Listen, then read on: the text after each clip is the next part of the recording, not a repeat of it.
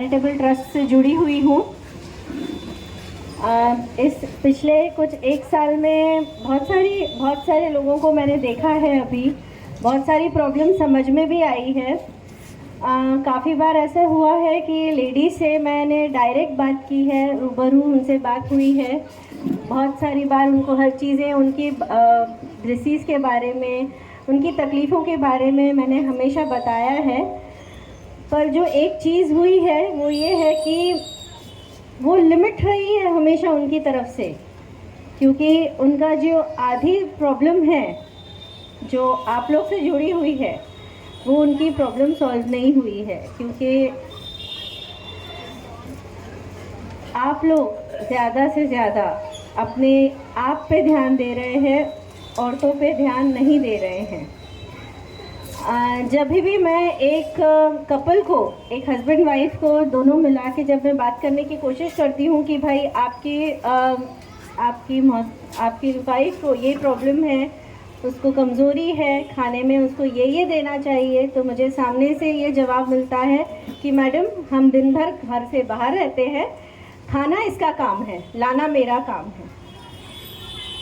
ये जवाब मुझे हमेशा मिलता है। तो इसका सल्यूशन क्या है? ये क्या इसके बारे में आप लोगों ने कभी सोचा है कि क्या सही में आपका काम इतना ही है, लेके आ जाना?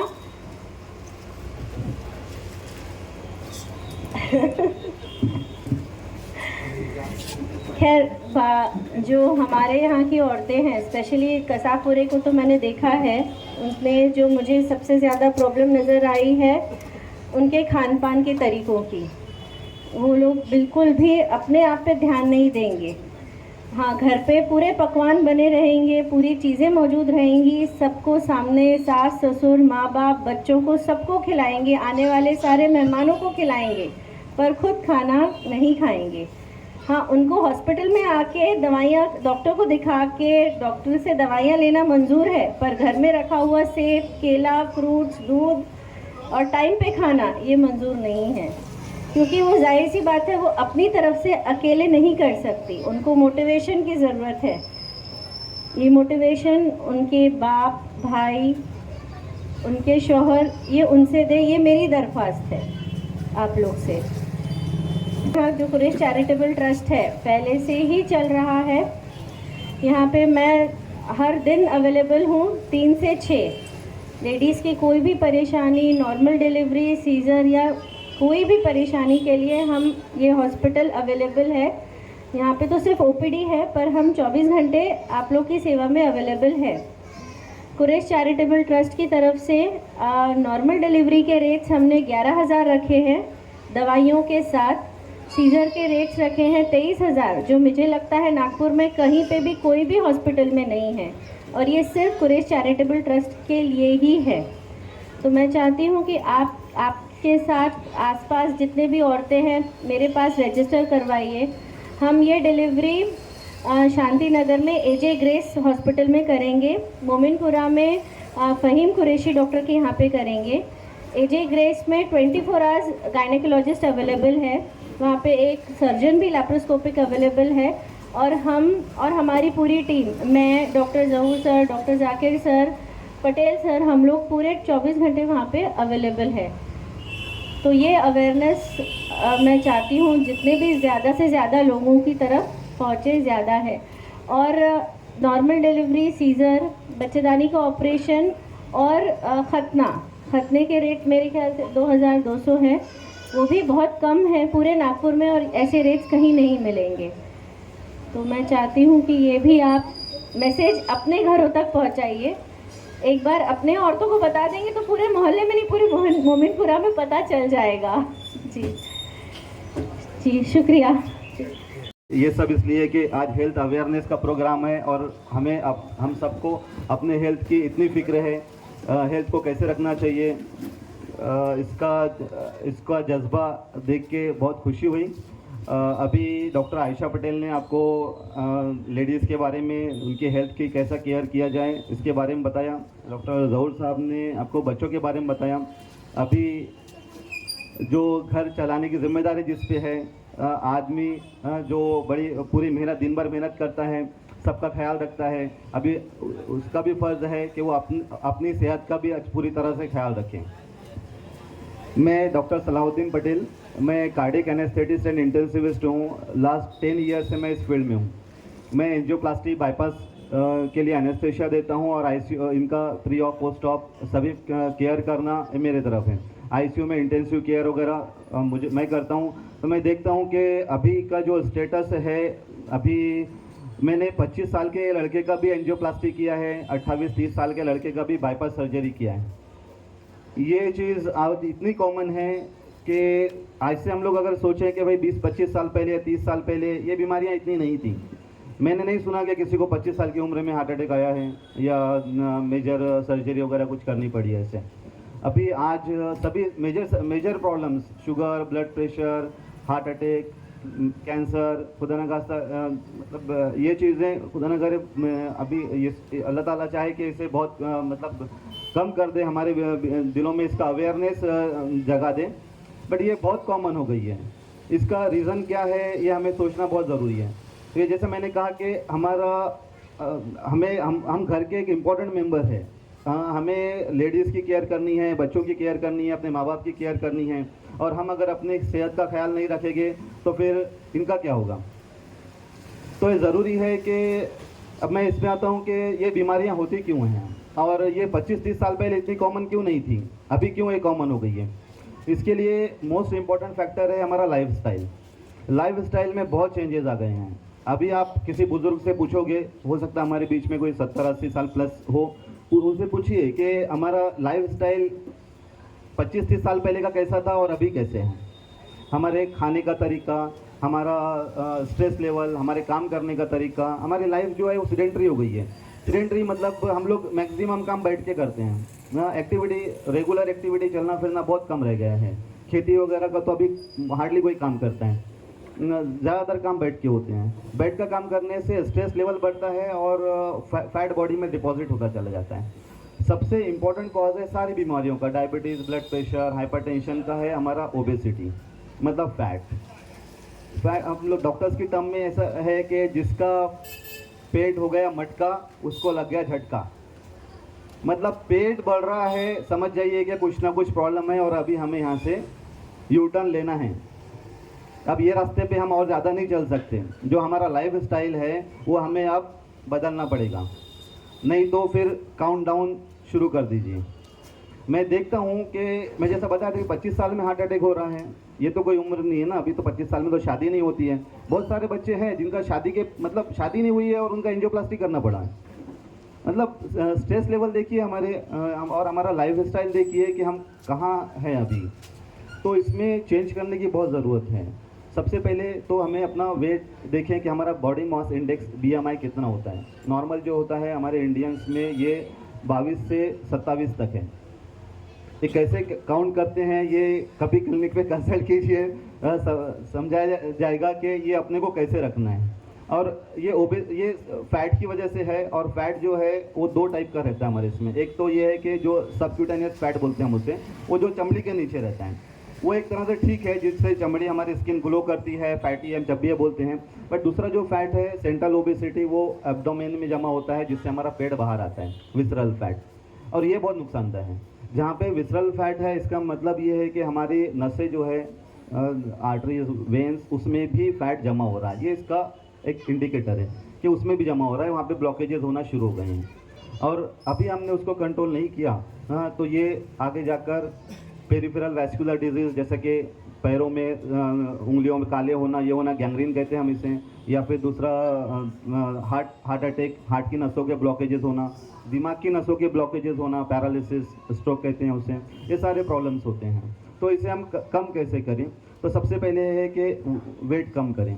वेट कम करने का एक आसान सा नुस्खा है। परहेज़ तो बहुत लोग बताते होंगे, लेकिन हमें कि भाई ये खाना नहीं है, वो खाना नहीं है, उसका एक लिस्ट लेके बैठे हैं और बहुत सारा उसमें ऐसा होता है कि हमारी पसंद का नहीं होता है और फिर उसको हम परहेज़ बोलते हैं, ये परहेज़ करना है, वो परहेज़ करना है ऐसे। तो वो एक क्या होता है ना, एक हेडेक हो जाती है ज़िंदगी कि भाई मुझे मीठा पसंद है, मैं नहीं खा सकता, मुझे संतरा पसंद है, मैं नहीं खा सकता हूँ, मुझे केला पसंद है, मैं नहीं खा सकता हूँ।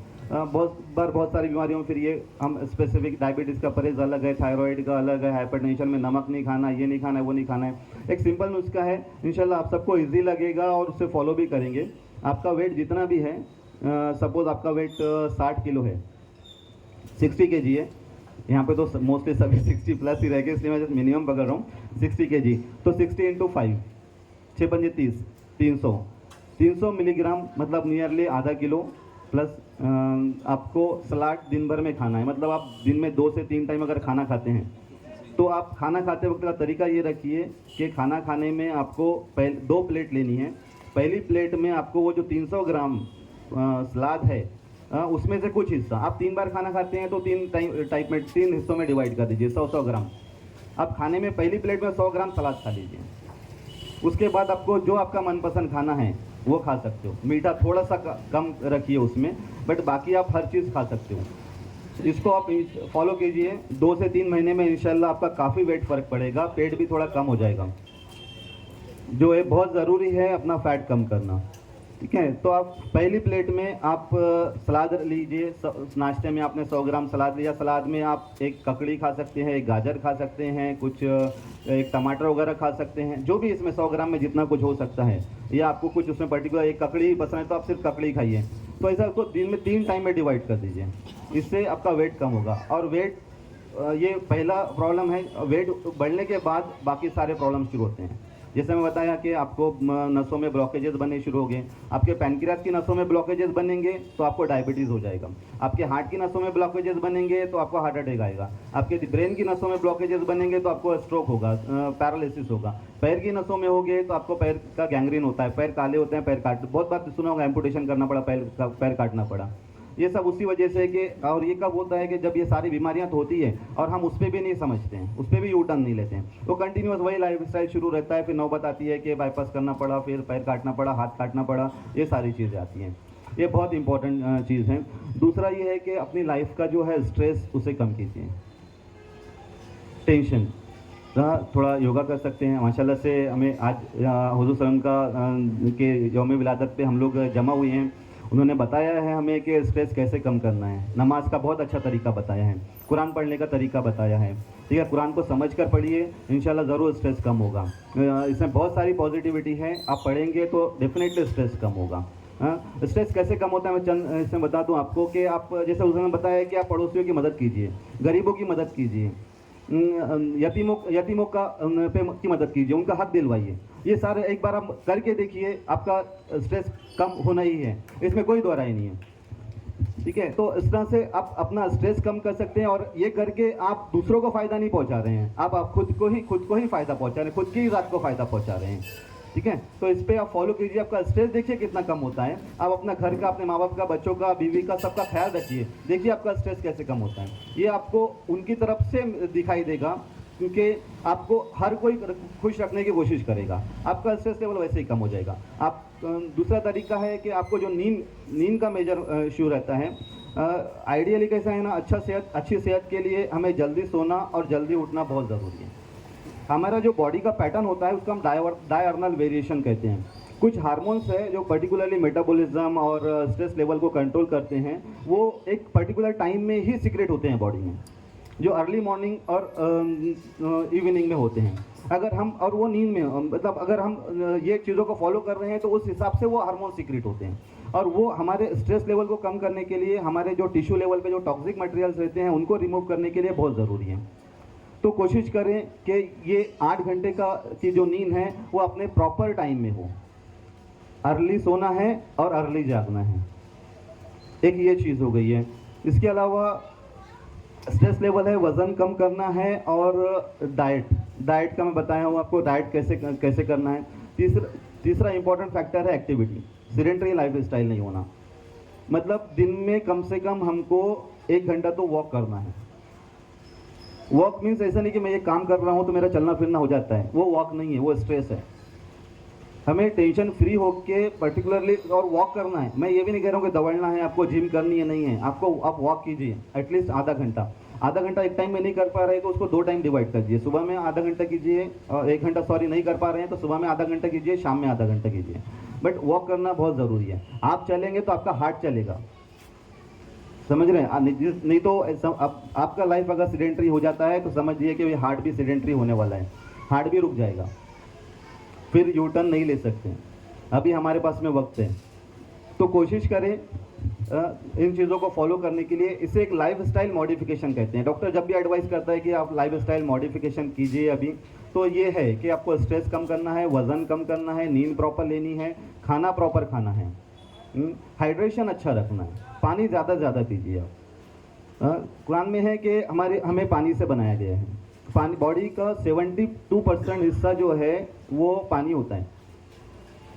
अब बॉडी में जब 72% पानी है तो हमें पानी का मेंटेन तो रखना पड़ेगा। पानी को मेंटेन रखना पड़ेगा, तो पानी ज़्यादा से ज़्यादा पीजिए। पानी क्या करता है, ये मैक्सिमम टॉक्सिन्स जो है हमारी बॉडी में उसको फ्लश करता है। हाँ, प्रॉब्लम होता है, पेशाब बार बार आएगा, बट टॉक्सिन्स फ्लश उधर से ही होगा। ठीक है, तो हमें कोशिश करना है कि हम पानी ज़्यादा पिएं, खाना प्रॉपर खाएं, थोड़ा थोड़ा करके खाएं, 2 से 3 टाइम में खाएं, 3 से टाइम खाइए। और एक और इम्पॉर्टेंट बात थी इसमें खाने में कि आप जो है ना, खाना जो है थोड़ा जल्दी खा लीजिए। मैंने बताया कि जैसे जल्दी सोना है तो खाना आपको सोने से एटलीस्ट 2 घंटा पहले खाना है।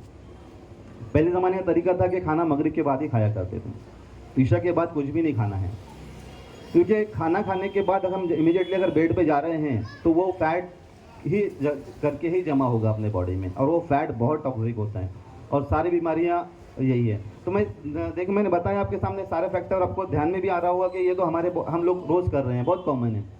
यही चीज़ 30 साल में मुझे भी यकीन नहीं होता, मतलब बहुत बार ऐसे आते हैं, बच्चा चेस्ट पेन लेकर आ रहा है, हमको लगता है कि नॉन स्पेसिफिक ECG करो तो MI निकलता है ऐसे। बच्चों का ध्यान कैसे रखा जाए? 6 महीने तक बच्चा जो है वो सिर्फ दूध पीता है, दूध के अलावा कुछ भी नहीं चलता है उसको। कोशिश ये की जाए कि 6 महीने तक सिर्फ और सिर्फ माँ का दूध ही दिया जाए, ऊपर का दूध देने की ज़रूरत नहीं पड़ना चाहिए। अल्लाह ताला जब बच्चा देता है तो उस हिसाब से माँ को दूध भी देता है। हमारी कुछ कमज़ोरियाँ रहती हैं जिसकी वजह से दूध नहीं पिला पाते हैं, तो वो गलत बात है। जैसा बच्चा आता है तो दूध भी आता है, लेकिन उसका अंदर में सिस्टम रहता है, हार्मोन का एक सिस्टम होता है। आप छाती से लगाएंगे, दूध पिलाएंगे तो दूध आएगा, नहीं पिलाएंगे तो सूख जाएगा। तो 6 महीने तक बच्चे को सिर्फ और सिर्फ मम्मी का दूध पिलाना है। अगर मजबूरी है, मम्मी का दूध नहीं आ रहा है, तो ऊपर का दूध देना है, लेकिन बॉटल से बिल्कुल भी नहीं देना है, चम्मच कटोरी से देना है। चम्मच कटोरी से कैसा दूध देना, यूट्यूब पे अगर सर्च करेंगे तो उसमें मिल जाते हैं वीडियोस वगैरह, 2 मिनट के 3 मिनट के वीडियो है, देखें और इस हिसाब से। बॉटल ये समझ लीजिए कि पॉइज़न है। जो बच्चे को बॉटल से दूध दिया जाता है, 15 दिन हॉस्पिटल में, 15 दिन घर में, उसको लूज़ मोशंस, वोमिटिंग, ये सारी चीज़ें लगी रहती हैं। तो 6 महीने तक बच्चे को सिर्फ माँ का दूध देना है। अगर ऊपर की ज़रूरत पड़ती है तो चम्मच कटोरी से दूध पिलाना है। 6 महीने के बाद में उसको धीरे धीरे ऊपर की चीज़ें शुरू करनी है। अगर पूछा जाए घर में कि क्या शुरू करना, बच्चा 6 महीने का हो गया तो अम्मी हो, अब्बू, ऐसी मार्केटिंग हुई है बिस्किट की कि अम्मी हो, अब्बू हो, दादा दादी, नाना नानी बोलते हैं ये वाला बिस्किट दो, और नाम नहीं लूँगा मैं ये वाला बिस्किट दो, नहीं, बिल्कुल भी नहीं। ये सिर्फ मार्केटिंग है 40-50 साल की। वो छोटे बच्चे की फ़ोटो रहती है और 6 महीने का हो गया बच्चे को ये ताकत आती है, या कुछ भी नहीं होता है। उससे ये होगा कि पेट ख़राब होता है, मैदे के रहते हैं बिस्किट, और बच्चे घर का खाना नहीं खाते हैं। 6 महीने का हुआ बच्चा तो प्लान ये रहता है कि दूध धीरे धीरे कम करना है, खाने की चीज़ें धीरे धीरे बढ़ाना है। खाने की चीज़ें क्या देना, घर की चीज़ें से सबसे बेस्ट है दाल। जो हम दाल खाते हैं घर में, वही दाल बच्चे को पिला सकते हैं। लेकिन 1 साल तक बच्चे को दांत नहीं आते हैं, तो जो भी चीज़ हमको देना है मिक्सर में घुमा के पेस्ट बना के देना है। दाल बड़ी कटोरी भर के निकाल लीजिए, उसको मिक्सर में घुमा लीजिए। हर 2 घंटे में जैसा दूध पिलाते हैं वैसा दाल के 4-5 चम्मच भी अगर बच्चा पीता है हर 2 घंटे में, 24 घंटे में 100 चम्मच हो जाते हैं। उसके लिए सफिशेंट है, काफ़ी है बच्चे के लिए। तो जैसी हम आदत डालेंगे, अगर हमने चाय बिस्किट, दूध बिस्किट, पानी बिस्किट की बच्चे को आदत डाले 6वें महीने में, तो वो वही खाते पीते रहेगा हमेशा। उसका वज़न नहीं बढ़ेगा, खून कम हो जाएगा। खून कम हो जाएगा तो इम्यूनिटी कम होगी, इम्यूनिटी कम होगी तो कमज़ोर होगा बच्चा, बीमार पड़ते रहेगा। देखते रहते हैं हम लोग, हर 2 महीने में 3 महीने में बच्चा बीमार है, तो कमज़ोर हो गया, दुबला पतला हो गया, वज़न ही नहीं बढ़ता। कैसे वज़न बढ़ेगा, खाना ही नहीं खिलाते हैं।